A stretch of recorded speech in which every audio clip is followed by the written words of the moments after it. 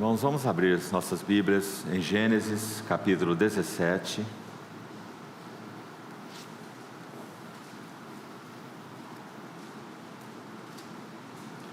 Gênesis, capítulo 17.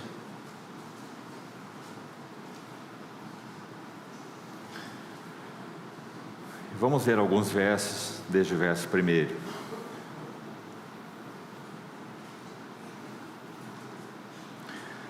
Quando atingiu Abrão a idade de 99 anos, apareceu-lhe o Senhor e disse-lhe: Eu sou o Deus Todo-Poderoso.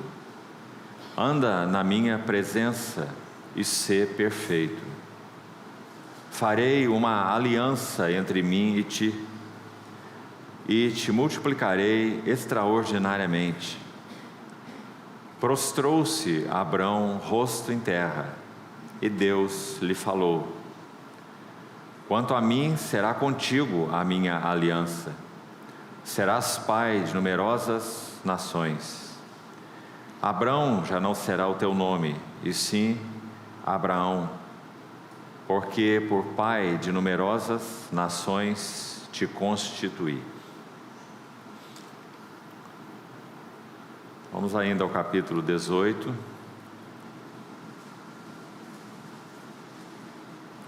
Desde o primeiro verso.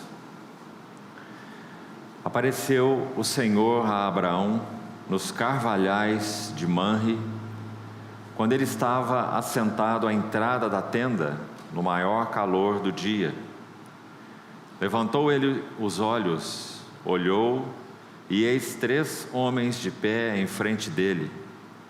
Vendo-os, correu da porta da tenda ao seu encontro, prostrou-se em terra e disse: Senhor meu, se acho mercê em tua presença, rogo-te que não passes do teu servo. Traga-se um pouco de água, lavai os vossos pés e repousai debaixo desta árvore.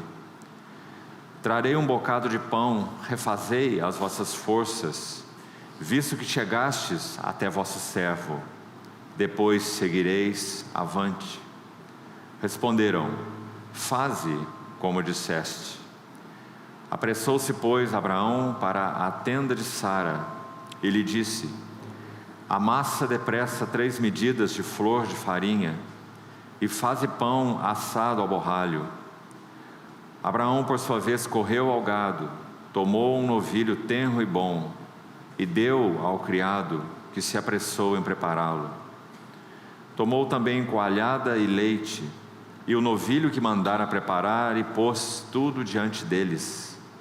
E permaneceu de pé, junto a eles, debaixo da árvore, e eles comeram.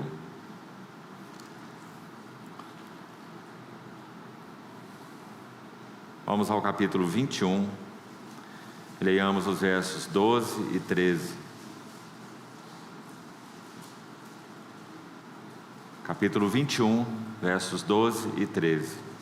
Disse, porém, Deus a Abraão: Não te pareça isso mal por causa do moço e por causa da tua serva. Atende a Sara em tudo que ela te disser, porque por Isaque será chamada a tua descendência. Mas também do filho da serva farei uma grande nação, por ser ele teu descendente. Levantou-se, pois, Abraão de madrugada, tomou o pão e um odre de água, pô-los às costas de Agar, deu-lhe o menino e a despediu. Ela saiu andando, errante, pelo deserto de Berseba. E finalmente vamos ao capítulo 22.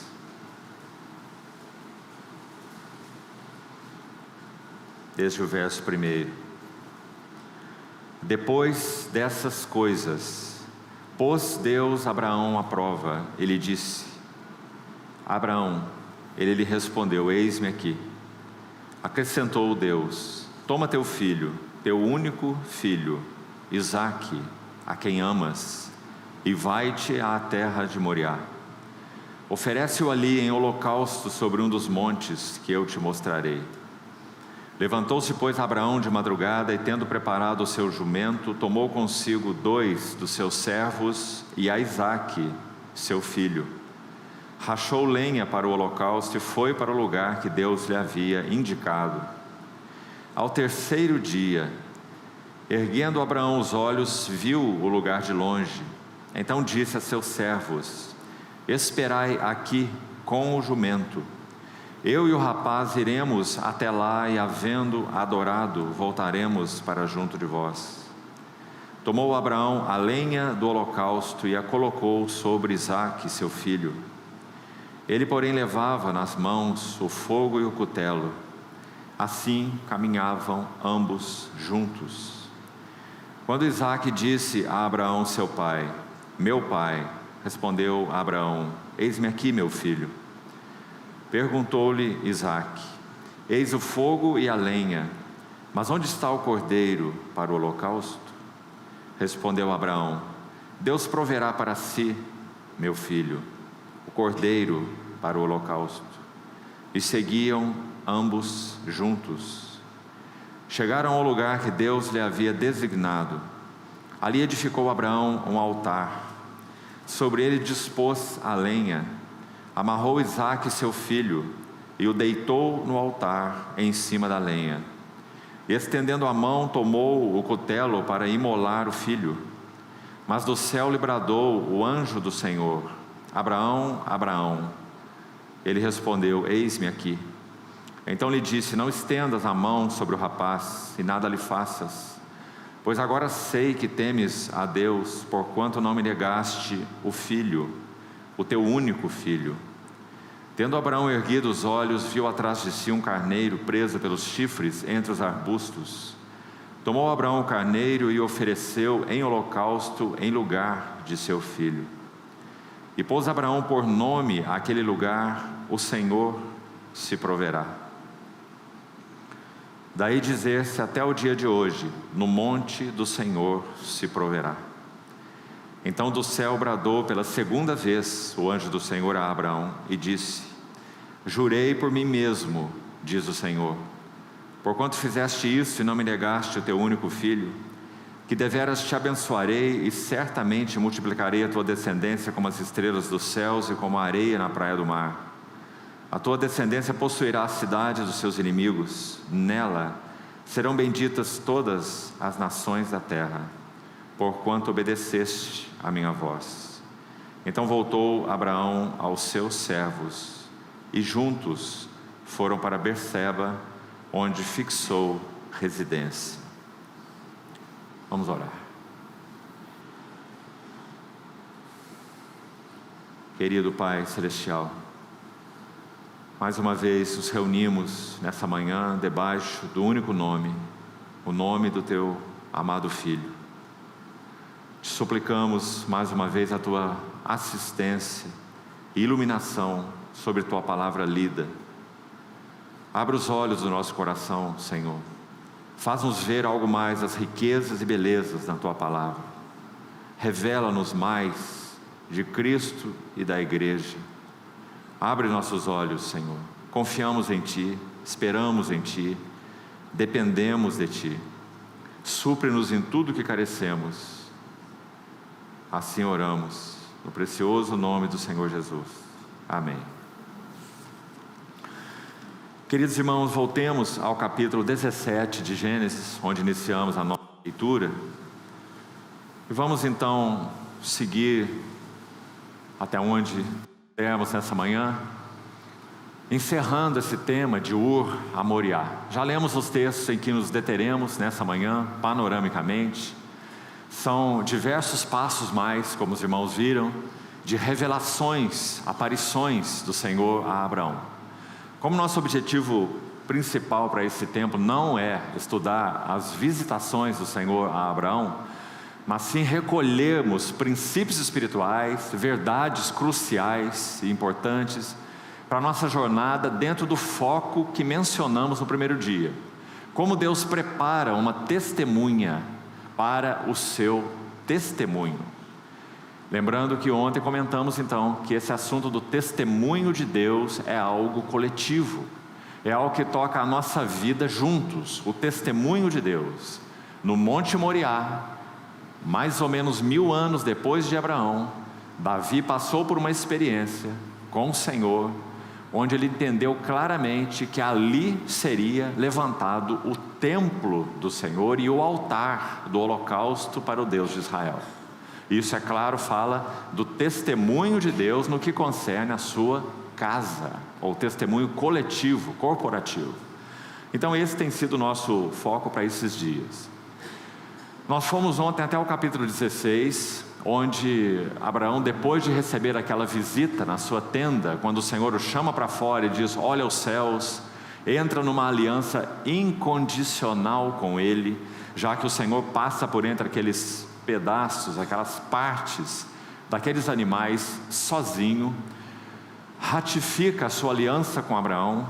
E então nós fomos para o capítulo 16 e vimos a tragédia acontecendo. Ambos não souberam esperar em Deus. Então, particularmente Sara toma uma atitude, como que entendendo que se a descendência seria levantada por Abraão, talvez não fosse por ela. Então ela oferece aquela serva egípcia, Agar. Foi uma das coisas que Abraão trouxe daquela descida ao Egito, essa serva Agar, que trouxe então sequelas na sua jornada com o Senhor, e sequelas permanentes através do nascimento de Ismael. Então essa serva é oferecida a Abraão e ela gera um filho. Sara a despede, porque essa serva Agar começa a desprezar a Sara. Sara não concebia e ela concebeu e teve um filho. Então Sara se irrita com aquela situação e despede Agar. Agar é encontrada pelo anjo do Senhor, que diz a ela: volta-te à tua senhora e se humilha perante ela. Então nós vimos aquele último princípio que compartilhamos ontem pela noite, de crucial importância, que as obras da carne não podem ser abandonadas ou despedidas por ordem da carne, já que Sara gerou um fruto da carne, quando ofereceu Agar para Abraão. Mas as obras da carne, esse é um princípio espiritual, então se aplica à nossa vida cristã. As obras da carne, aquelas em especial descritas em Gálatas 5, elas só podem ser abandonadas quando substituídas pelo fruto do Espírito.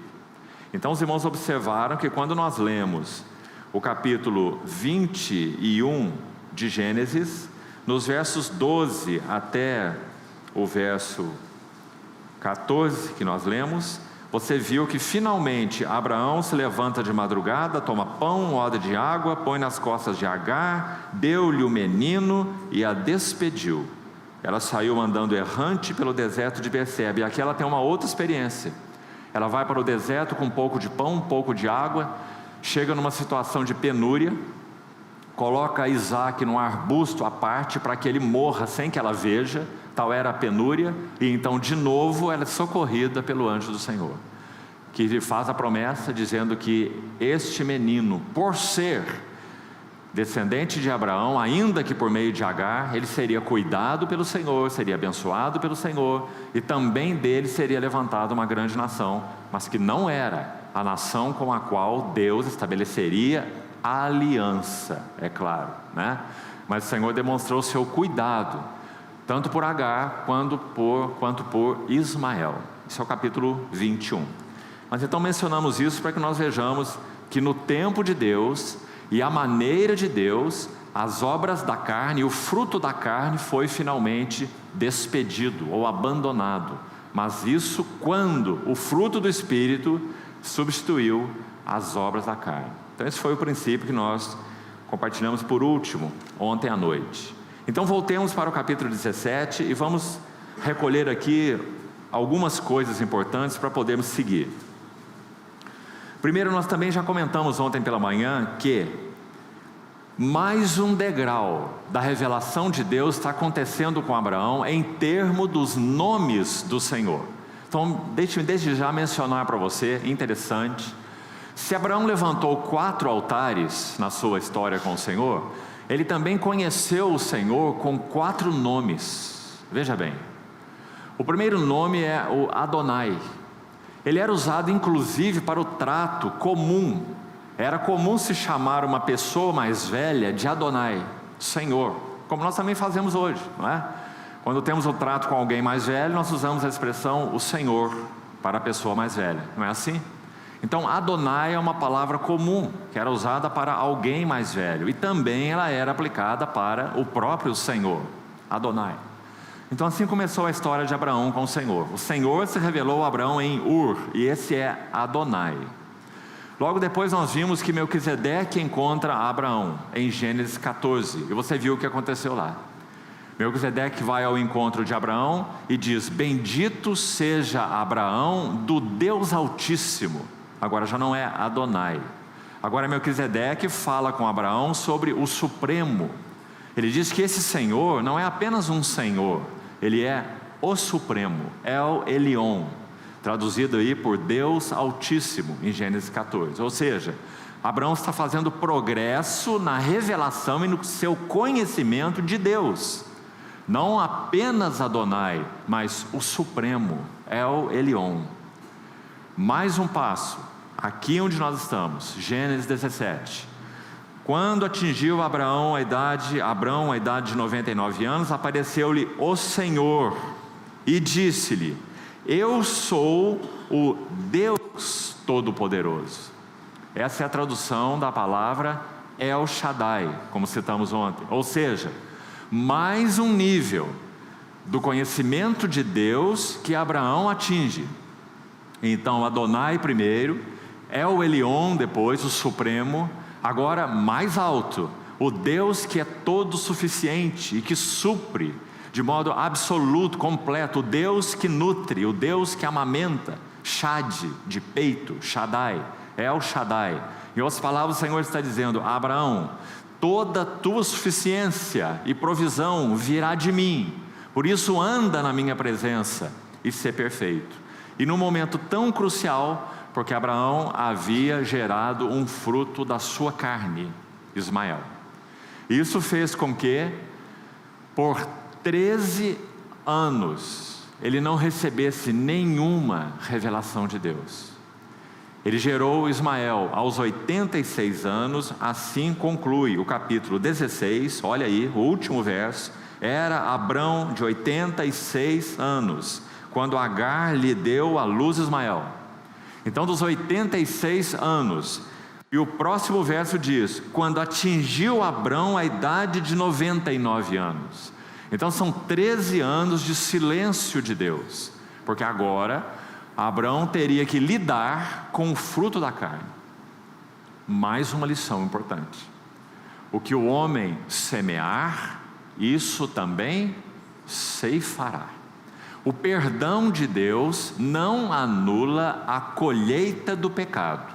Outro princípio importante, mais um: se nós semeamos na carne, da carne nós colheremos corrupção, ainda que nós possamos contar com graça da parte do Senhor, porque nosso Senhor é maravilhosamente gracioso, para nos ajudar, nos dar suporte, nos dar paciência, condições espirituais de suportarmos aquilo que nós geramos em nossa carne. Está claro isso, irmãos?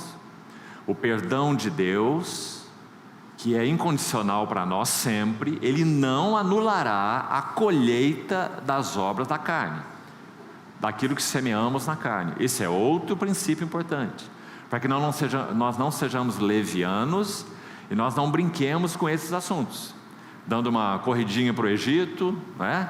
Para cá ou para lá, e achando que então Deus é bom, misericordioso, perdoador, compassivo, compreende nossa situação humana, não é? Tomemos cuidado com essas coisas, porque esse princípio de Gálatas 6 é inexaurível. Tudo que o homem semear, isso também ceifará. O que semeia na carne, da carne colherá corrupção, mas também graças ao Senhor. O que semeia no Espírito, do Espírito colherá vida zoe, a vida que tem a ver com aquilo que Deus é, vida eterna, incriada, a vida de Deus, vida eterna, né? Então é o princípio da semeadura e colheita. Abraão semeou na carne, Abraão colheu na carne. 13 anos em particular, mais que isso, é claro, mas em particular 13 anos ele teve que lidar com esse assunto sem nenhuma revelação descrita nas Escrituras da parte de Deus. E certamente isso não aconteceu, porque o texto de Gênesis 17 marca uma etapa e diz que quando Abraão atingiu os 99, foi que lhe apareceu El Shaddai, o Deus que nutre, e com uma lição extremamente importante, como que dizendo: Abraão, agora chega, pare com as suas atividades, pare de usar seus recursos carnais, pare de imaginar projetos, não é?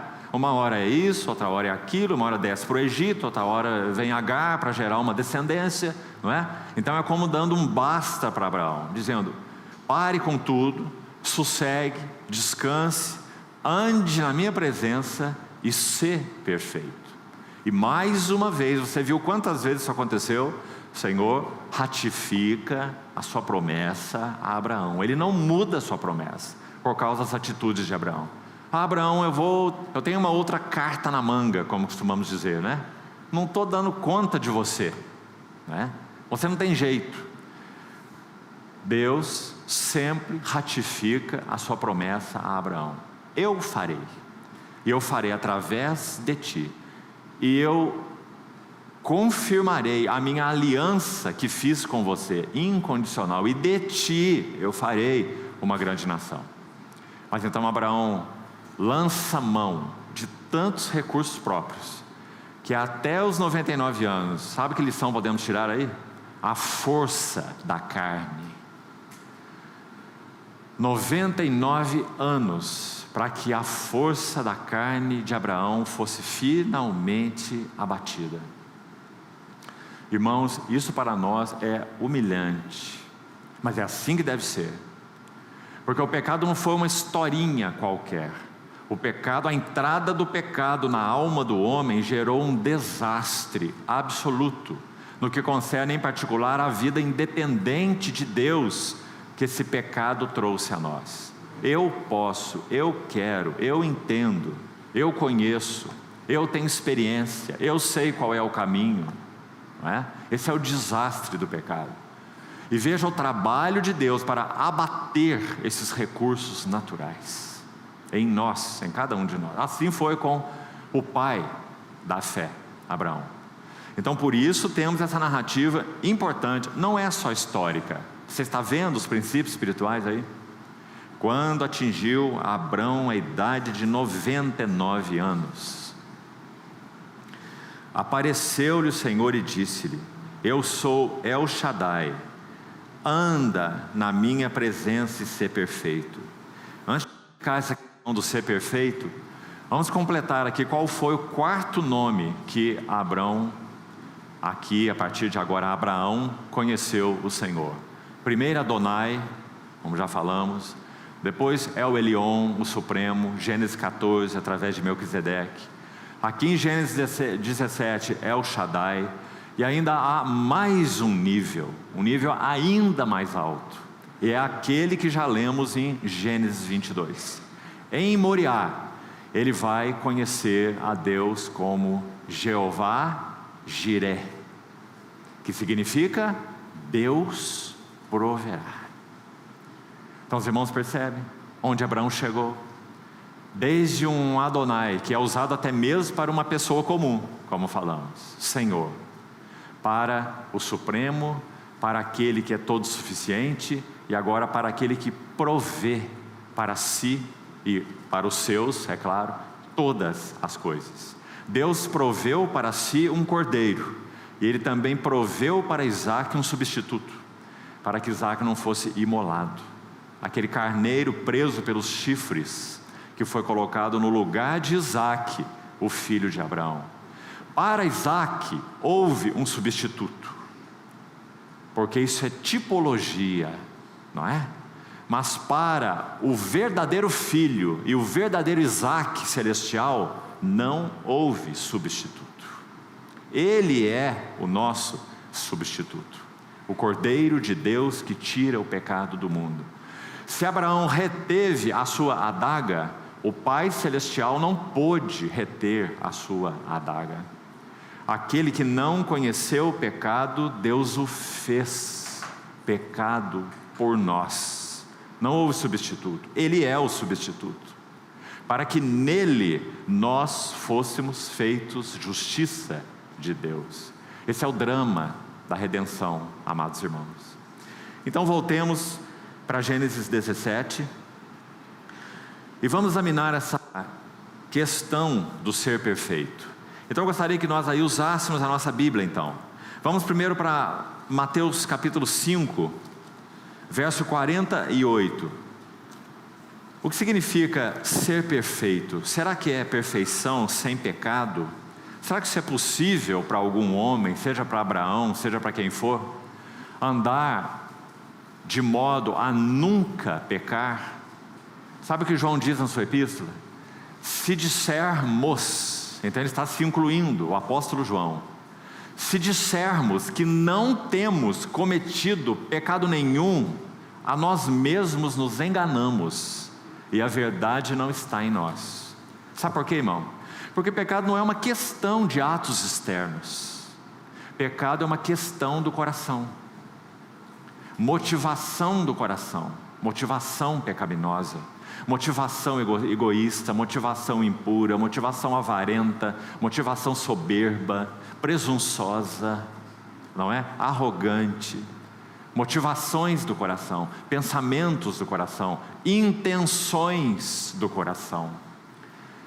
Nesse nível é que o pecado se inicia.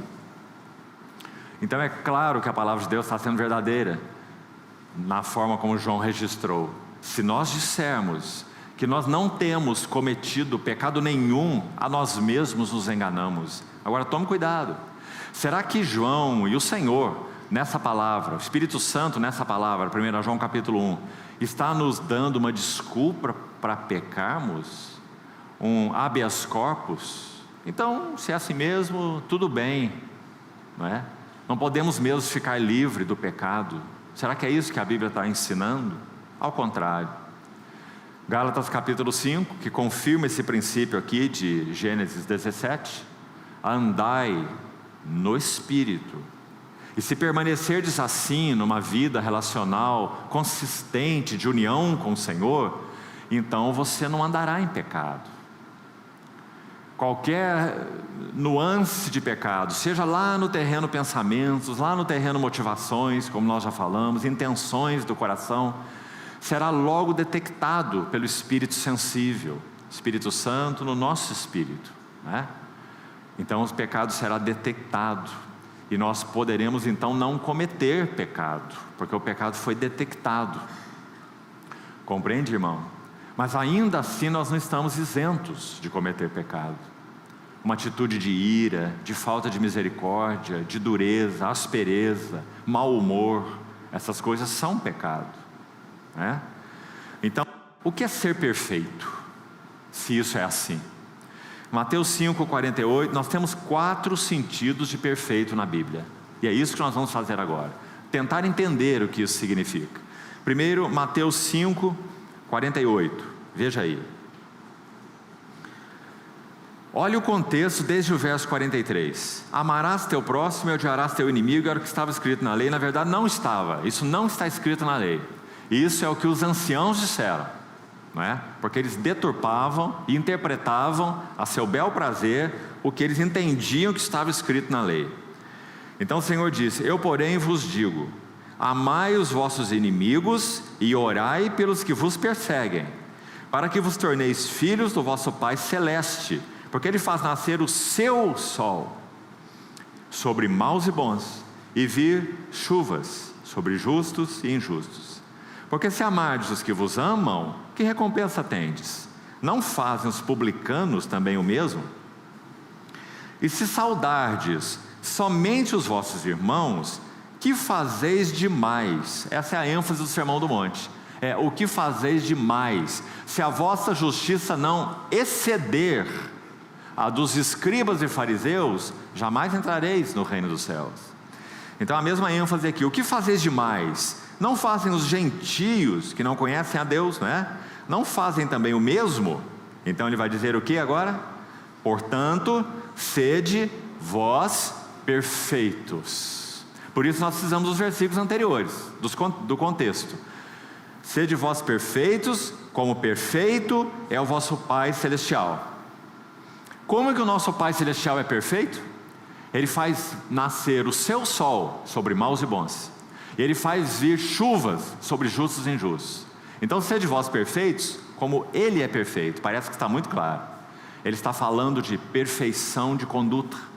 Abençoe os que te amaldiçoam, retribua o mal com o bem, e então você será perfeito, como perfeito é o seu Pai Celeste. Então o primeiro sentido de perfeição na Bíblia é perfeição de conduta, e conduta nesse sentido, de não retribuir o mal com o mal. Romanos 12, Paulo também vai falar sobre isso, né? A mim pertence a vingança, eu retribuirei, diz o Senhor. Pedro também vai falar isso na sua epístola. Então esse é o primeiro sentido de perfeição, uma conduta que demonstre a perfeição do nosso Pai Celestial, que abençoa os indignos e que cuida dos gentios, não é? Como foi citado aqui, esse é o primeiro sentido. Acho que isso já foi claro. Há mais um sentido de perfeição na Bíblia. Vamos lá para o segundo sentido. Hebreus capítulo 9. Você está vendo que não tem a ver com perfeição sem pecado, não é? Tem a ver com podermos ter a graça, o privilégio recebido do nosso Pai Celestial, porque nós somos os seus filhos, né? Da sua plenitude nós recebemos graça sobre graça. Então nós podemos agir como age o nosso Pai Celestial, que retribui mal com bem, que abençoa os que o amaldiçoam, não é? Nós vimos no texto de Mateus. Agora o segundo sentido de perfeição, Hebreus 9, verso 14, diz assim: muito mais o sangue de Cristo, que pelo Espírito eterno a si mesmo se ofereceu sem mácula a Deus, purificará a nossa consciência de obras mortas, para servirmos ao Deus vivo. Então guarde isso aí, o sangue de Cristo purificando a consciência. Agora vamos para o capítulo 10, um complemento dessa ideia. Capítulo 10, versos 1 e 2. Ora, Hebreus 10, 1 e 2. Ora, visto que a lei tem sombra dos bens vindouros, não a imagem real das coisas, nunca, jamais pode tornar perfeitos os ofertantes. Perfeitos os ofertantes. A lei não pode tornar perfeitos os ofertantes. Por quê? Porque os holocaustos, os sacrifícios, eles são sombra daquele verdadeiro sacrifício que havia de vir, que é qual? Segundo Hebreus 9,14, é o precioso Cordeiro de Deus, que derramou o seu precioso sangue para a purificação das nossas consciências das obras mortas. Então o segundo sentido de perfeição na Bíblia é perfeita consciência. Então aí está de novo, por sermos filhos do nosso Pai Celestial e termos o precioso sangue do Cordeiro de Deus, que aspergiu a nossa consciência, então nós podemos e temos uma consciência perfeita diante de Deus. Nós não temos mais uma consciência que nos acusa diante de Deus. Nós temos uma consciência em paz com o nosso Deus. Justificados, pois, pela fé, temos paz com Deus. É isso que o autor de Hebreus chama de perfeição de consciência. E ele diz que essa perfeição de consciência nunca foi alcançada pelos da lei, porque eles ofereciam animais, e o sangue de animais não purifica a consciência. Apenas o sangue de Cristo, o Cordeiro eterno. Então diz, jamais poderia tornar perfeitos os ofertantes com os mesmos sacrifícios que ano após ano, perpetuamente eles oferecem. E a prova está aí no versículo 2. De outra sorte, esses sacrifícios, não, ele vai fazer uma pergunta, não teriam cessado de ser oferecidos? Ou seja, se eles fossem perfeitos, então bastava um, não é? Não precisava oferecer todos os anos, porque seria perfeito, mas não era perfeito. então era oferecido todos os anos. Porquanto, os que prestam culto, tendo sido purificados, olha aí, uma vez por todas. Era o que não acontecia na lei. Se eles fossem purificados uma vez por todas, eles não mais teriam, aí está de novo a palavra, consciência de pecados. Irmãos, na nossa vida diante do Senhor, como que nós andamos? Voltando ao que falamos no início, é claro que de alguma maneira, infelizmente, nós podemos aqui ou ali, como um acidente de viagem, nós podemos cometer pecado e ofender o nosso Senhor e o Espírito Santo. Sim, isso é possível. Mas isso não é a regra da nossa vida cristã. Não é assim que nós andamos e é assim que nós vivemos. Como que nós andamos e vivemos? Em perfeita paz com Deus. Porque o sangue de Jesus purificou a nossa consciência. Não há acusação, nenhuma condenação há para os que estão em Cristo Jesus. É assim que nós andamos. Então isso é perfeição de consciência.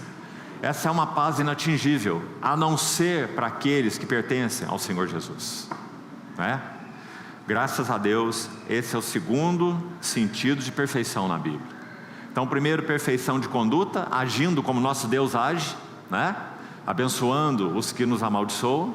Segundo sentido, perfeição de consciência. Agora, terceiro e quarto sentido, nós vamos encontrar em um único texto, Filipenses capítulo 3. Vamos lá. Filipenses 3. Mais dois sentidos aqui. Verso 14. Filipenses 3, 14. Prossigo para o alvo, para o prêmio da soberana vocação de Deus em Cristo Jesus. Todos, pois, que somos perfeitos. E agora? Será que Paulo está ensinando impecabilidade aqui? Nós já vimos que é impossível, porque a Bíblia não ensina impecabilidade em lugar nenhum, não é? Em que sentido Paulo está dizendo que somos? Ele não diz só ele diz nós também, os destinatários dessa carta, a igreja dos Filipenses. Ele está dizendo, todos que somos perfeitos, tenhamos este sentimento ou este pensamento. Qual sentimento? Qual pensamento? O que foi descrito no verso 14. Vamos ler de novo. Prossigo para o alvo, para o prêmio da soberana vocação de Deus em Cristo Jesus. Que perfeição é essa? Como vamos chamá-la? Perfeição quanto ao objeto a ser alcançado. Nesse sentido aqui, o que significa ter um coração perfeito? Significa que nós vemos claramente um único alvo, e nós então perseguimos esse alvo. Paulo chama isso de ser perfeito, porque fala de um coração não dividido, um desejo, uma paixão, uma meta, um alvo, uma só coisa, como nós falamos ontem, lembra-se? Então Paulo diz que isso é um coração perfeito, que prossegue para um alvo, para o prêmio da soberana vocação de Deus. De novo, irmãos, somos muito agradecidos ao Senhor, porque podemos ter, nesse sentido também, um coração perfeito. Um coração de uma só coisa, um só desejo. E finalmente, quando Paulo menciona assim, olha o verso 12 desse texto mesmo. Não que eu o tenha já recebido, ou tenha já obtido a perfeição. É como parece que ele está se contradizendo, não é? Nós podemos dizer, Paulo, nos ajude um pouco, nós não estamos entendendo. Porque você está dizendo que não obteve a perfeição, e logo em seguida diz que todos que somos perfeitos tenhamos esse sentimento. Não parece uma contradição? Porque já vimos que o primeiro sentido embaixo é perfeição de motivo, de alvo, de meta.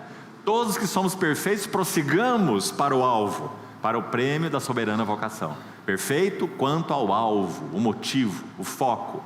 Já vimos. E a última perfeição qual é? Essa que ele diz, então, não obtive a perfeição. Mais uma vez você tem que dar um passo para trás, para você ver o contexto. Então, olha o verso 10 e 11. que antecedem aí o verso 12, olhe lá. Ele está dizendo que a suprema meta da sua vida era o conhecer o Senhor, e o poder da sua ressurreição, e a comunhão dos seus sofrimentos, conformando-me com Ele na sua morte. Isso tudo é agora, na nossa vida e na nossa jornada com o Senhor. Só que ele coloca uma coisa no verso 11, qual é? Para de algum modo alcançar a ressurreição dentre os mortos. Então agora ficou claro. Quando ele diz, não obtive a perfeição, nesse sentido, ele está dizendo, eu ainda não estou com o corpo glorificado, com aquele tabernáculo. Lembra a palavra dele em 2 Coríntios 5, enquanto estamos nesse tabernáculo, nós gememos, não para ser despidos dele, esse corpo, mas para ser revestidos da habitação celestial. E no capítulo 15 de 1 Coríntios, ele vai falar sobre esse corpo mortal ser absorvido pela vida, e o corruptível se revestir de incorruptibilidade. Está aí o quarto sentido de perfeição, é a perfeição final, quando nós teremos um corpo semelhante ao corpo do nosso Senhor Jesus. Você quer ver ele continuar falando sobre isso, aqui mesmo? Nós não estamos em Filipenses 3, não lemos aí desde o verso 10, passamos pelo 12, fomos ao 14, entendemos os dois sentidos de perfeição aí, perfeito alvo, primeiro, né? No verso 14, prossigo para o alvo, todos pois que somos perfeitos, e a perfeição final, no versículo 11, que é a ressurreição dos mortos, corpo glorioso. Então olha que nesse contexto, vá lá para o verso 20, olha aí mesmo, Filipenses 3:20. Pois a nossa pátria está nos céus, de onde também aguardamos o Salvador, o Senhor Jesus Cristo, o qual transformará o nosso corpo de humilhação para ser igual ao corpo da sua glória. É quanto a essa perfeição aqui que ele está dizendo, ainda não obtive a perfeição, eu ainda estou neste tabernáculo, aguardo o outro tabernáculo, no qual nós estaremos face a face com o Senhor. Transformará o corpo de humilhação para ser igual ao corpo da sua glória. Sem dúvida, irmão, esse verso externa de uma maneira tão bonita a nossa grande expectativa, nós, o povo da nova aliança. Isso acontecerá, amados irmãos, em um abrir e piscar de olhos. Será muito bom, será? Quantos de nós aqui, quem sabe, estão fazendo tratamento de saúde, não é? Para diversos tipos de dores, chamemos assim. Um dia, em breve, num abrir e piscar de olhos, o mortal será absorvido pela vida e o corruptível revestido de incorruptibilidade. E ouviremos, digamos assim, aquela voz: tragada foi a morte pela vitória. Onde está, ó morte, o teu aguilhão? Graças ao Senhor. Então, ele fará isso como? Segundo a eficácia do poder que ele tem de até subordinar a si todas as coisas. Então, esses são os 4 sentidos de perfeição que podem nos ajudar aí quando nós olharmos essa palavra, né? E não entendemos erradamente como sendo uma perfeição sem pecado. A perfeição sem pecado virá quando nós tivermos um corpo semelhante ao corpo do nosso Senhor. Voltemos a Gênesis 17 para recolhermos aqui mais algumas coisas e seguirmos. Temos pouco tempo. Gênesis 17 no versículo 3, queridos irmãos, depois que o Senhor renova mais uma vez essa aliança com Abraão, que está aí no versículo 2, né? Farei uma aliança entre mim e ti. Você vê o que acontece no versículo 3. Que linda narrativa. Aí está um ancião de 99 anos, cheio inicialmente de estratégias, vigor, recursos, né? Como já explicamos. Agora ele está prostrado, com o rosto em terra. Acho que podemos imaginar algo aqui. Podemos até mesmo ousar dizer que Abraão está com saudade de Deus, porque 13 anos sem nenhuma revelação, 13 anos de silêncio de Deus, Agora o Senhor, na sua fidelidade, porque Ele fez uma aliança com Abraão, e os dons e a vocação de Deus são irrevogáveis. Então Ele se revela a Abraão, e Abraão se prostra com o rosto em terra. Muito sugestiva essa narrativa, porque está nos mostrando um Abraão acabado. E é isso que o Senhor precisa fazer conosco. Nosso maior problema na vida cristã não é que nós sejamos fracos, é que nós somos fortes. E nosso Senhor precisa abater os nossos recursos, é a nossa força, para que Ele possa ser o tudo em todos, para que nós possamos dizer: a nossa suficiência vem de Deus que nos habilitou. Mas enquanto contamos com os nossos recursos, nossa suficiência não vem de Deus, vem dos nossos recursos, né?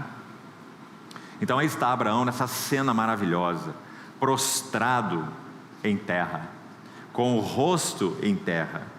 E Deus lhe falou: quanto a mim, será contigo minha aliança, serás pai de numerosas nações. E aqui finalmente nós temos a mudança de nome. Já não chama, e sim Abraão, porque por pai de todas as nações te constituí. Mudança de nome na Bíblia fala de mudança de caráter, sempre. O Simão foi chamado Cefas, que quer dizer Pedro. O Saulo foi chamado Paulo. Mudança de nome na Bíblia fala de mudança de caráter. Então nós estamos num ponto muito importante da relação de Abraão com o Senhor. Ele não está se convertendo aqui. O Deus da glória já se revelou a ele lá em Ur. Mas aqui ele está tendo um ponto crucial de sua história com o Senhor, onde ele está prostrado com o rosto em terra, e El Shaddai está se revelando a ele, dizendo: anda na minha presença. Sobre esse capítulo, irmãos, para o efeito da abordagem que estamos fazendo neste encontro, nós não iremos estudar toda essa visita. O que acontece nela são 3 discursos do Senhor. No primeiro discurso, só para você ver aí, olha aí para a sua Bíblia. O primeiro discurso vai dos versos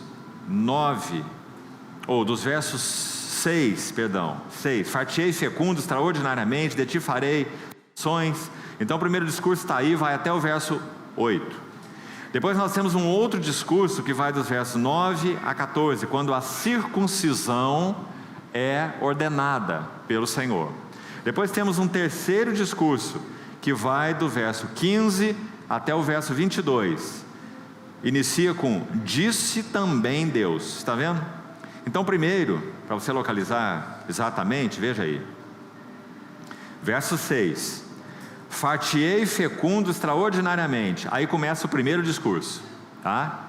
Verso 9: disse mais Deus. Está vendo aí? Segundo discurso: disse mais Deus a Abraão. E verso 15: disse também Deus a Abraão. Então são 3 discursos. Então depois você leia, se houver interesse, e você veja qual foi o assunto dessa visitação do Senhor a Abraão, em 3 discursos. Realmente são muito preciosos. Parte que eu queria chamar a atenção para a circuncisão. Ontem já mencionamos, então aqui será só de passagem. O fato de Abraão ser separado para ser herdeiro de Deus, receber a herança de Deus, se baseia sobre 2 coisas. Já falamos ontem. A primeira, Deus fez uma aliança incondicional com ele, não é? Primeira. Então a nossa posição de herdeiros, hoje, o povo da nova aliança, está baseado no fato de que Cristo morreu por nós, e de que nós pertencemos a Ele, e se somos filhos, somos também herdeiros. Herdeiros de Deus e co-herdeiros com Cristo. Mas então nós vimos: se com Ele sofrermos, conformando-me com Ele na sua morte. Foi o que nós lemos em Filipenses 3, não é? Então nós vamos ver em Gênesis 17, onde nós estamos, a circuncisão instituída. Então Abraão não apenas teria uma promessa de Deus a respeito de ser herdeiro, ele teria a marca da aliança em si mesmo. Isso faz alusão então às marcas da cruz. Ninguém me moleste, eu trago no corpo as marcas do Senhor Jesus. Ontem já explicamos sobre isso.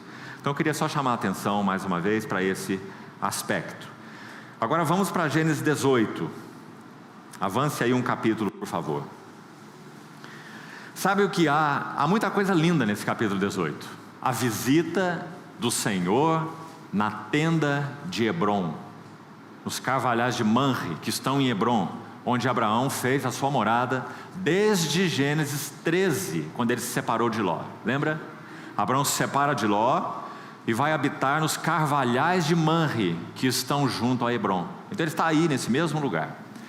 O que acontece nesse dia solene? Ele recebe uma visita. E agora, irmãos, a história é completamente diferente. Nós não temos um Abraão estratégico. Nós não temos um Abraão cheio de mecanismos. Nós não temos um Abraão cheio de recursos naturais. Muito pelo contrário. O que nós temos no capítulo 18 de Gênesis é, primeiro, um Abraão que espera. Porque o que ele ouviu na visita anterior? Um basta, digamos assim, de Deus, né? Chega dos teus recursos, anda na minha presença, isso é perfeito. E o que ele faz, como nós vimos? Prostra-se com o rosto em terra. Essa é a aniquilação de Abraão. É aí que precisamos chegar. Por causa dessa aniquilação, nós temos o capítulo 18 tão lindo. Abraão está esperando na tenda em Hebrom, porque o Senhor disse a ele, naquela visita, que ele é o El Shaddai, o Deus que o supriria em tudo. O Ismael já está lá com 13 anos de idade, não é? 13 anos de idade. Abraão tem 99 anos. O Ismael já é um adolescente. Abraão viu o seu fruto da carne crescer, não é? Então ele está abatido diante do Senhor, adequadamente abatido. Então, apareceu o Senhor a Abraão nos carvalhais de Manre, quando ele estava assentado à entrada da tenda. Isso é uma figura bonita, de expectativa, de espera em Deus. Agora a questão é o que Deus fará, não é o que eu farei para ajudar a Deus a cumprir sua promessa, o que eu farei para cooperar a Deus naquilo que Ele disse que faria de mim. Você vê, irmão, a importância disso?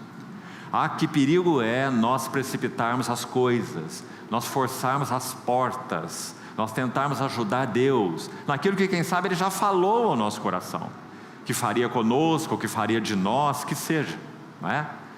E nós então colocarmos aí as nossas mãos à frente das mãos de Deus.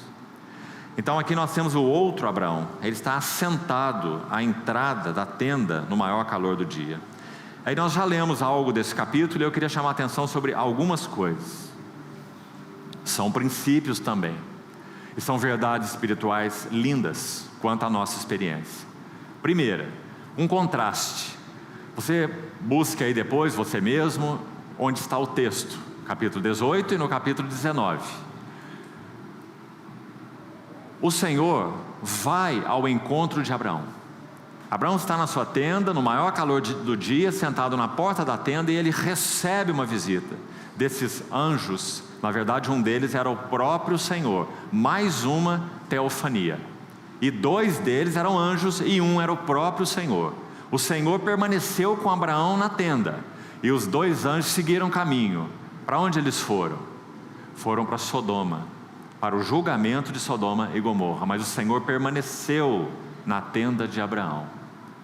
Então, o Senhor foi ao encontro de Abraão, e Abraão o convidou para ficar com ele na sua tenda, e então o Senhor consentiu em ficar com Abraão. E Ló? Ló havia se apartado de Abraão lá em Gênesis 13, armando as suas tendas até Sodoma. E em Gênesis 19, que é o próximo capítulo aí, lá está Ló, assentado também. Só que Abraão está sentado na porta da sua tenda, e Ló está sentado na porta de Sodoma. Você viu o primeiro contraste? O profeta assentado na porta da tenda, e aquele, vamos chamá-lo de irmão, já que Pedro diz que Ló tinha uma alma justa, então vamos chamá-lo de irmão. Lá está o irmão Ló, assentado onde ele nunca deveria estar, nas portas da impiedade, nas portas de Sodoma. Um assentado lá, outro assentado aqui. Abraão, ou Deus, vai ao encontro de Abraão com aqueles dois anjos, o Senhor e dois anjos. Em Sodoma, primeiro, na tenda, eles consentem alegremente em ficar com Abraão e serem alimentados por ele, quando ele prepara aquela refeição. Em Sodoma, os anjos têm que forçar a Ló para sair de lá. Ló não quer sair de Sodoma.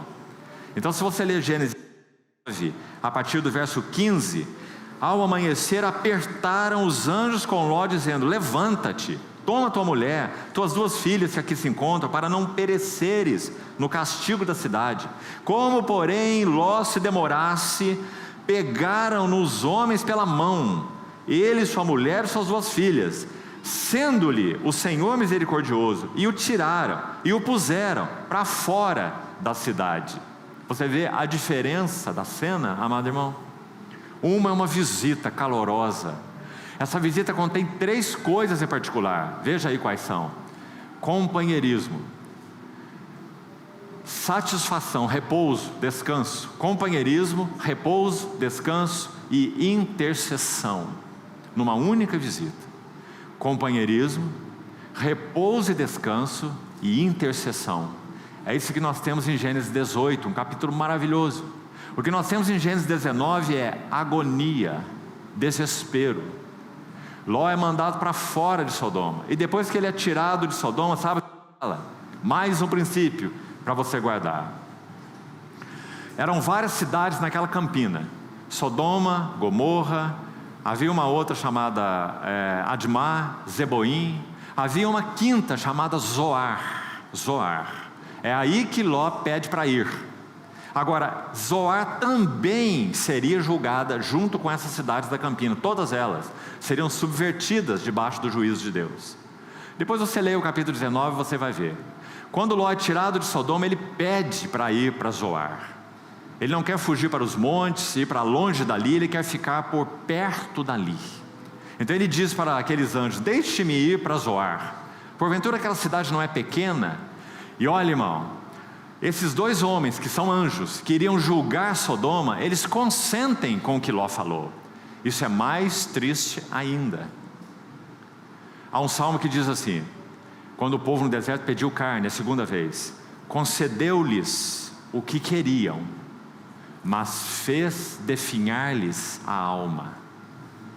Sabe, irmão, algumas vezes, graças ao Senhor, é só algumas vezes, o Senhor nos concede algumas coisas que nós queremos e pedimos a Ele. Só que nossas almas irão se definhar, porque concessão do Senhor não significa vontade do Senhor. Nós devemos buscar a vontade do Senhor e não as concessões do Senhor. Compreendeu a diferença, irmão? Então temos que ter cuidado quando nós oramos. Quando nós temos um alvo fixo: eu quero, então eu vou pedir isso ao Senhor porque eu quero.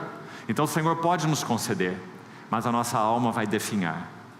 Nós seremos disciplinados através daquilo que Ele nos concedeu.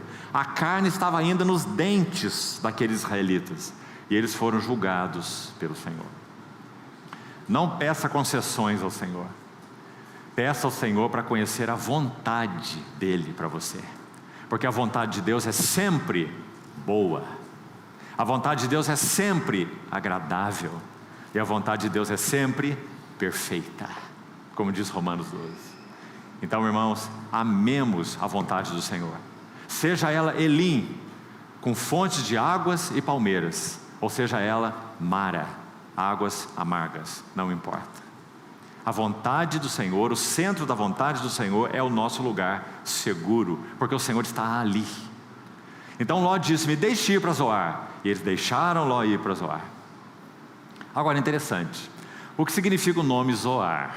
Olha como a Bíblia é interessante, irmão. Além de ser a palavra do Senhor, Zoar significa insignificância. Ló está pedindo para ir para o lugar da insignificância. Aliás, Ló em Sodoma era uma insignificância, não é? Só pela misericórdia do Senhor, através da intercessão de Abraão, ele livrou Ló de ser pervertido naquela cidade, né? Julgado, subvertido naquela cidade. Então, mais uma lição importante. Abraão corre para encontrar os anjos e os anjos ficam com ele. E Ló está sentado na porta de Sodoma e ele força os anjos para entrar na sua casa e depois os anjos forçam a ele para sair de Sodoma. Toda uma história angustiosa, né? Mas vamos ver o lado positivo do capítulo 18 aqui. Todo o capítulo 18 é positivo, né?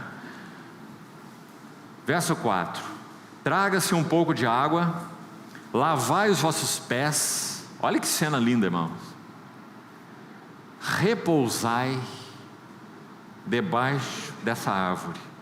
Trarei, ele está fazendo uma proposta por enquanto, você está vendo? Um convite. Será que eles vão querer ou será que eles não vão querer, né? Esses 3 homens aí. Eu trarei um bocado de pão, refazei aqui as vossas forças, visto que chegastes até vosso servo. Depois seguireis avante. Responderam: faze como disseste. Que cena bonita, não é? Parece aqueles discípulos de Emaús caminhando com o Senhor, que eles não sabiam que era o Senhor. Quando eles chegam na aldeia de Emaús, você se lembra o que acontece? Eles dizem para ele: fica conosco, o dia já declina, já é tarde. Então é dito assim, e ele consentiu em ficar com eles, nosso Senhor, que eles não sabiam que era o Senhor. Então o Senhor parte o pão com eles e se revela a eles, os discípulos de Emaús. Tudo isso por quê? Porque eles convidaram o Senhor para ficar com eles. Você está vendo outro princípio, irmão? Ah, queridos irmãos, nosso Senhor aguarda que seja convidado para estar conosco, porque nós convidamos para estar conosco quem nós amamos, quem nós queremos junto de nós. Nós costumamos dizer que o mineiro, talvez em particular o mineiro, sabe como que ele se despede de quem ele gosta? Ele se despede 3 vezes. Ele se despede na cozinha, porque o mineiro recebe as pessoas na cozinha, não é na sala, não é? Para comer pão de queijo. Então ele despede na cozinha, ele vai com o seu convidado querido até a porta. Segundo, despede na porta, e quando o convidado entra no carro, ele fica assim, não é? 3 vezes, porque ele não quer que o convidado vá embora, não é? Assim nós fazemos com quem nós amamos. Então os discípulos disseram: fica, Senhor, fica conosco, é tarde, o dia já declina. E eles tiveram um presente, porque convidaram o Senhor. Tiveram uma maravilhosa revelação de que aquele homem não era apenas um homem especial, era o próprio Senhor ressurreto, que estava comendo na mesa deles e partindo o pão com eles. E agora o que está acontecendo com Abraão? A mesma coisa. Vocês querem ficar aqui? Repousem aqui. Vou trazer água para vocês lavarem os pés. Mais uma vez nós nos lembramos do nosso Senhor. Vou trazer um pouco de pão, comida, leite, coalhada. Ele diz para Sara: se apresse. E como nós falamos, Sara vai para a cozinha, né? A tenda do lado, e amassa 3 medidas de farinha e faz um pão assado ao borralho. Companheirismo, satisfação, repouso, descanso, comunhão. Tudo isso, irmãos, fora de Sodoma, porque em Sodoma só há angústia, penúria, dores. Ló estava no lugar errado, afligindo sua alma justa no meio dos insubordinados. Mas o profeta estava sozinho na tenda em Hebrom. Se o Senhor iria salvar Ló, por que Ele não revelou os seus caminhos a Ló? Mais um princípio. O Senhor revela os seus caminhos para aqueles que estão separados do mundo, não para aqueles que estão misturados com o mundo. Ló não sabia nada do que iria acontecer. Abraão sabia tudo o que estava para acontecer. E mais um passo. Abraão se faz companheiro de Deus em intercessão. Isso não pode ser negligenciado nesse capítulo 18. Lembre-se, ele saiu lá de Ur dos Caldeus. Quanto trabalho de Deus já aconteceu na vida dele. Agora ele se torna um companheiro de Deus na intercessão. Você está entendendo o que isso significa? Abraão se faz um com o coração de Deus.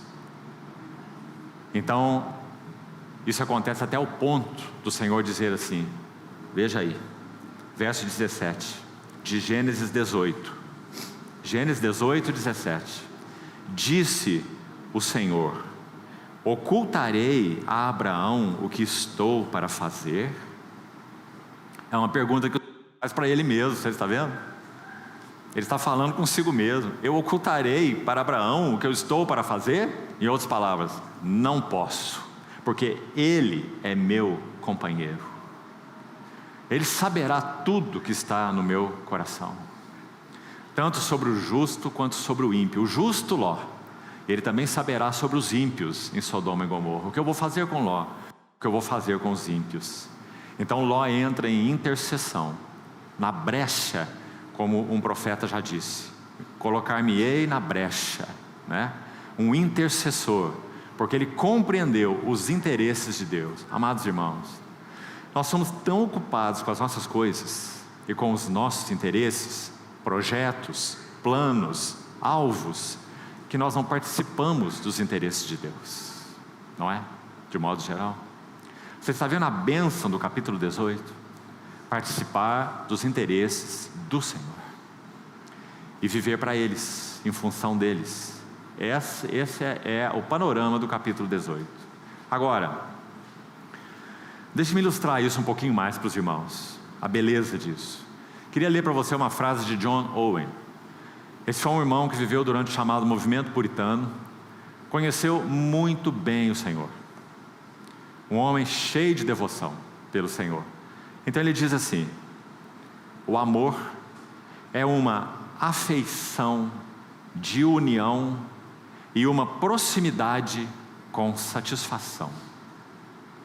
O amor é uma afeição de união e uma proximidade com satisfação. É exatamente isso que nós estamos vendo na tenda de Hebron, em Gênesis 18. Uma proximidade com satisfação e uma afeição de união. Por isso Abraão pôde compartilhar do coração de Deus em Gênesis 18. Agora, tem dois textos que eu gostaria, dos profetas, que eu gostaria que também fôssemos a ele, e aí já vamos caminhando para o final. Abra por favor Isaías 27. Dois textos dos profetas para ilustrar essa bonita cena de Gênesis 18, a tenda de Abraão em Manre. Isaías 27, versos 2 e 3. Esses dois versículos vão expressar o que John Owen disse nessa linda frase: o amor é uma afeição de união e uma proximidade com satisfação. Olha como o profeta fala em nome do Senhor com relação ao seu povo. Naquele dia dirá o Senhor: cantai à vinha deliciosa. Eu, o Senhor, a vigio, e a cada momento a regarei, para que ninguém lhe faça dano. De noite e de dia eu cuidarei dela. Vinha deliciosa, a cada momento eu a vigio, e cada momento a regarei. Esse versículo expressa um pouco do que foi experimentado na tenda de Hebron, a tenda de Abraão. Olha um outro verso em Sofonias, capítulo 3, verso 17. O Senhor teu Deus está no meio de ti. Mais uma vez um profeta falando ao povo de Deus qual era o sentimento de Deus nessa relação com seu povo. Lá em Isaías nós vimos: vinha deliciosa, eu a regarei, eu a guardarei. descreve bem a experiência da tenda de Abraão. E Sofonias 3,17, veja: o Senhor teu Deus está no meio de ti, poderoso para salvar-te. Agora veja: Ele se deleitará em ti com alegria. Esse verso retrata muito bem o que está acontecendo lá na tenda de Abraão. Ele se deleitará em ti com alegria, renovar-te-á no seu amor, e mais, regozijar-se-á em ti com júbilo. Quando Abraão foi visitado pelo Senhor aqui, ele descobriu o segredo de oferecer, o privilégio e o segredo de oferecer satisfação e repouso ao Senhor, número 1. E número 2, ele descobriu o privilégio de ser um intercessor pela vida de outros, como foi por Ló. O Senhor ficou com Abraão para revelar para Abraão os segredos do seu coração. Mais um passo. Vamos para o capítulo 22 de Gênesis. Nós vamos dar um salto aí sobre o capítulo 21. Já colocamos alguma coisa, algum princípio dele para os irmãos, o fruto do Espírito substituindo as obras da carne. E nós vamos terminar com Gênesis 22. Nosso horário está terminando exatamente agora, então eu vou ocupar mais 5 minutos dos irmãos e nós terminamos. Irmãos, sobre Gênesis 22, apenas algumas ideias gerais. Abraão chegou ao clímax da sua história com o Senhor. Ele está em Moriá, que significa visível, e ali se estabelecerá o testemunho do Senhor. 1000 anos depois, Davi terá aquela experiência e dirá: aqui em Moriá se edificará o templo do Senhor, testemunho do Senhor, a casa de Deus. Já vimos que então aí é o lugar do altar, porque é o lugar que fala de um sacrifício que seria oferecido, figura do sacrifício de Cristo.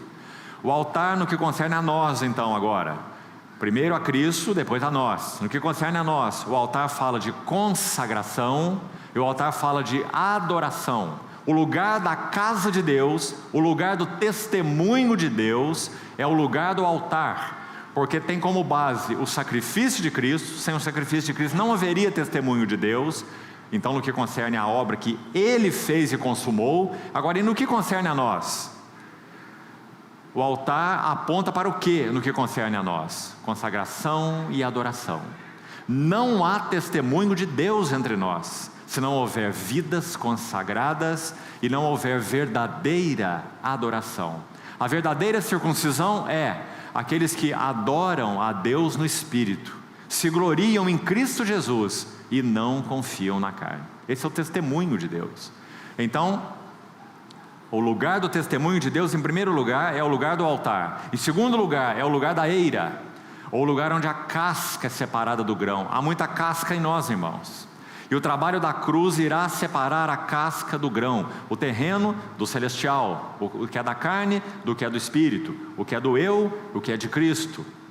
Precioso trabalho da cruz. Então, esse é o lugar do testemunho do Senhor. Se não houver quebrantamento em nossas vidas, não há testemunho do Senhor. E em terceiro lugar, graças a Deus, o testemunho do Senhor é o lugar onde a misericórdia triunfa sobre o juízo. Sede vós misericordiosos, como misericordioso é o vosso Pai Celestial. Então, esse é o cenário de Gênesis 22. Agora, em primeiro lugar, algo que aponta para a tipologia do drama da redenção, o Pai e o Filho. Muita coisa maravilhosa. Primeiro, eles seguiam ambos juntos. Se você prestou atenção na leitura, essa frase ocorre 2 vezes aí. Caminhavam ambos juntos, versículo 6. E seguiam ambos juntos, versículo 8. Porque nessa tipologia tão bonita, nós compreendemos, por causa da revelação, que o drama da redenção é um drama entre o Pai e o Filho. O diabo não tem nada a ver com isso. Houve uma chamada teologia da redenção de séculos passados que dizia assim: Deus ofereceu o seu Filho porque quando o pecado entrou, então houve uma dívida para com o diabo. Então, quando Deus oferece o seu Filho, Ele paga uma dívida ao diabo, que usurpou um lugar lá no homem, no Éden, quando enganou o homem. Está completamente equivocado. O drama da redenção é o drama exclusivo entre o Pai e o Filho. Quando o homem pecou, a dívida foi estabelecida não com o diabo, mas com Deus. Exatamente o polo oposto. E nós nos tornamos devedores de Deus, à justiça, à santidade e à glória de Deus. Quanto a esses níveis é que nós nos fizemos devedores, por causa da entrada do pecado. Então, quando o nosso Senhor Jesus se oferece para ser o Cordeiro de Deus, Ele irá satisfazer a altura da justiça de Deus, a altura da santidade de Deus e a altura da glória de Deus. Por isso o nosso Redentor teria que ser divino, porque só Deus pode satisfazer a Deus, a altura de Deus. Compreendeu, irmão? Tem nada a ver com o diabo. Então aqui está, seguiam ambos juntos. Outra expressão bonita aí é que Isaac era ainda um menino, um jovenzinho, mas o lenho é colocado sobre o ombro dele, porque o lenho tem a ver com o filho e não com o pai. O filho é quem tomou o lenho.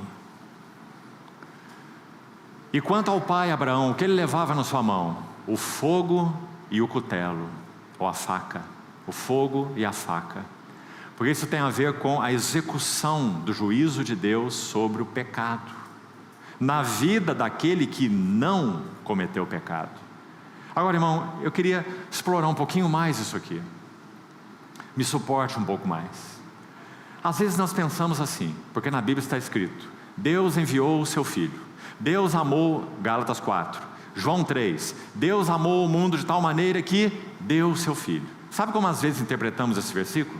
Um pai impassível, irado, porque o homem pecou, o pecado está aí, o pecado tem que ser julgado, então ele entrega o seu filho.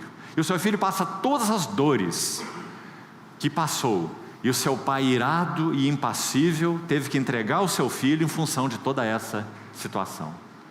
Esse é um quadro horripilante, e não tem a ver com o drama da redenção. Devemos entendê-lo assim, tão simples na verdade, mas tão profundo. Se você tivesse que entregar o seu filho para o perdão de outro, a pergunta é: você pai, o que você faria? Se você tivesse a opção, você entregaria o seu filho ou você iria no lugar dele? O que você faria? Se você é um pai que ama, a resposta é muito clara: você iria no lugar dele. O que isso significa? Por que o pai não foi no lugar do filho?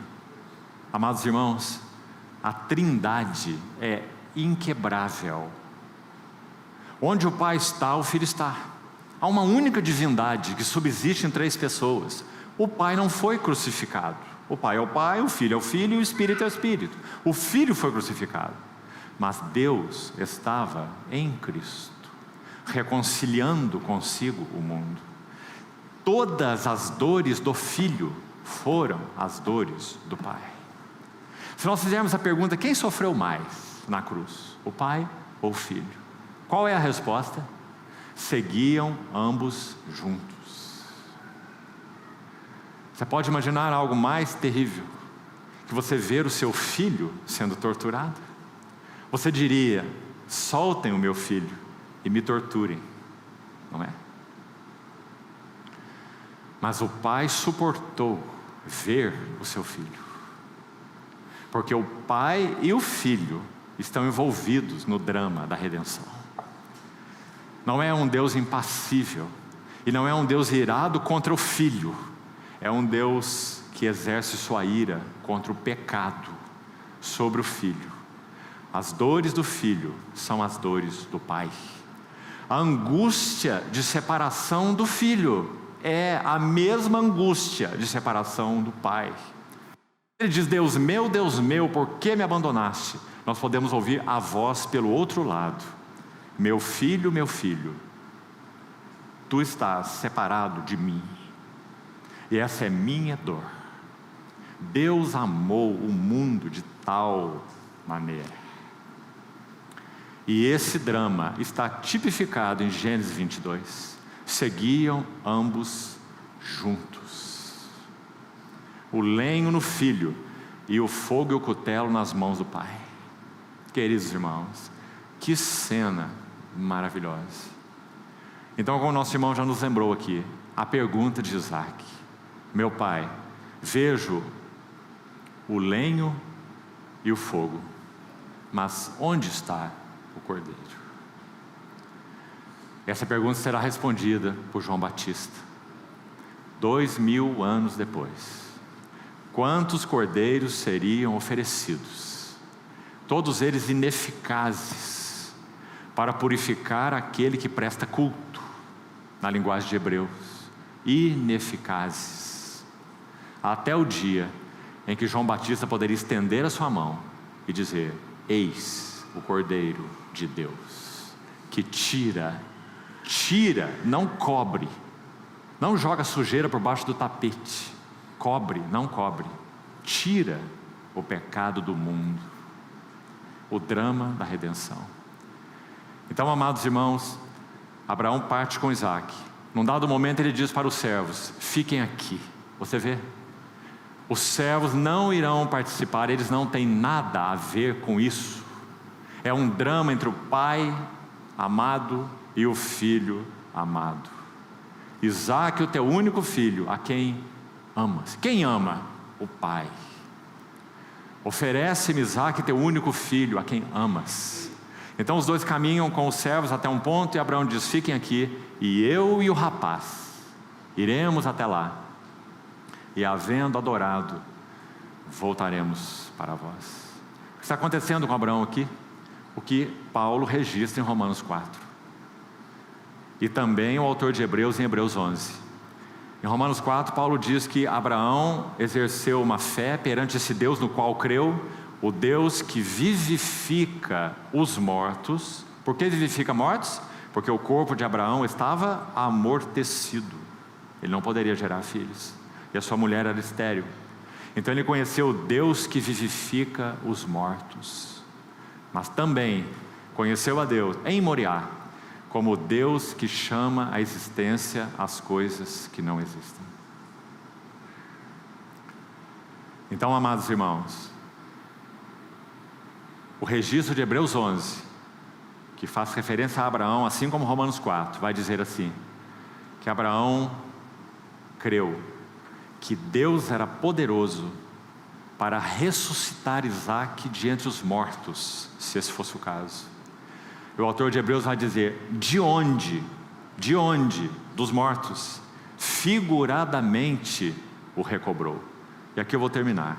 Sabe por que o autor de Hebreus diz figuradamente o recobrou? Dos mortos. Porque, irmão, pense nisso, medite nisso diante do Senhor. Quando Isaac nasceu, Abraão simplesmente se agarrou a Isaac. Não poderia ser diferente. Abraão tinha 100 anos, e agora nasce o fruto do ventre de Sara, a estéril, o filho da promessa, o tudo de Abraão. Em Isaac será chamada a tua descendência, e nele serão benditas todas as famílias da terra. Você pode imaginar o tamanho disso? Então Abraão se agarra ao filho da promessa, e de alguma maneira ele perde de vista o Deus que fez a promessa. Então, para que tudo fique no seu lugar devido, o Senhor diz: oferece-me o teu único filho. Compreendeu, irmão? Quando eles sobem para Moriá, nós temos uma mistura. O coração de Abraão está agarrado ao filho da promessa, mas quando eles descem de Moriá, nós temos um outro Abraão. Podemos dizer que por causa de Moriá, o Deus que fez a promessa se coloca no meio entre o pai da fé e o filho da promessa, de tal maneira que Abraão desce de Moriá com a sua fé certa e segura, que ele deveria se apoiar no Deus que fez a promessa e não no filho da promessa.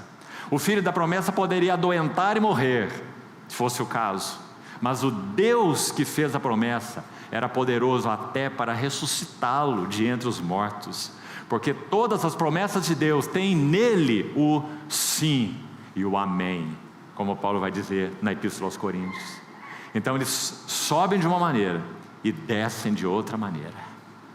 Então aí estamos em Moriá, o Deus que fez a promessa. Esse se tornou tudo no coração de Abraão. Amados irmãos, assim as testemunhas do Senhor são preparadas. Qual tem sido o tudo do nosso coração? Quem sabe nosso esposo, nossa esposa, nosso filho, nosso trabalho, nossos bens. Qual é o tudo do nosso coração?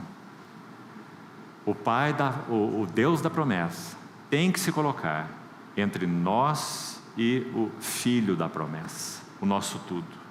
Que o Senhor encontre lugar, irmão, no nosso coração para realizar essa obra, porque sem isso não haverá um puro testemunho do Senhor. Teremos corações corrompidos, divididos, teremos vários amores, vários alvos, várias motivações. Mas que bênção, que privilégio é quando nós experimentamos essa bênção, que as outras coisas assumam seu devido lugar. Esposa, esposo, filhos, irmãos. Nosso irmão Ni, citando mais uma vez algo a respeito dele, quando ele estava para partir para o Senhor, ele era um homem alto, quase 1,80 m de altura, estava com 49 quilos de peso, já numa prisão comunista por quase 20 anos. Então o seu carcereiro se aproxima de sua cela, porque ele ouvia o irmão Ni adorando o Senhor nessa situação. E o carcereiro se aproximou da cela e disse a ele: Senhor Ni, eu queria tanto receber e conhecer esse Senhor que você adora, mas eu temo perder tudo, já que vivia num sistema comunista. Então o irmão Ni disse a ele: mas enquanto você não recebê-lo, você não tem nada. E quando ele estava para partir para o Senhor, já no final de sua vida, ele escreve algo em adoração ao Senhor, que mostra a experiência de Abraão em Moriá. Sabe o que ele escreve? Uma oração: meu Senhor, eu passaria tudo o que eu passei de novo, não por causa da tua igreja, não por causa da tua obra, nem por causa dos teus filhos, mas por ti mesmo. Esse é Moriá, por ti mesmo. Que o Senhor nos ajude, amados irmãos, e que Ele resuma os afetos do nosso coração no único que é digno deles, no nosso Senhor Jesus, para que todas as outras relações recolham os benefícios dessa relação central. Que seja assim conosco. Vamos orar. Querido Pai, nós nos humilhamos na Tua presença e Te pedimos que pela Tua misericórdia o Senhor encontre esse lugar de primazia nos nossos corações. Nós reconhecemos o lugar que Tu tens, ó Senhor, diante do Teu Pai, lugar de preeminência, centro dos afetos, interesses e ações do Pai. Mas Senhor, nós Te clamamos que o Senhor seja assim também para nós, o centro de nossas afeições, interesses e ações. Ocupa o Teu lugar, Senhor, porque só Tu és digno dele. Afasta os Teus competidores dos nossos corações. Ajuda-nos a sermos duros com eles. Não permitimos que eles ocupem um lugar que não é deles. Guarda, Senhor, o nosso coração para Ti. Nós Te pedimos. Continua nos ensinando, ajudando, advertindo, muito mais quanto o dia do Senhor se aproxima, para que sejamos conservados íntegros e irrepreensíveis até a vinda Tua, ó Senhor. Assim nós oramos no Teu precioso nome, agradecidos. Amém.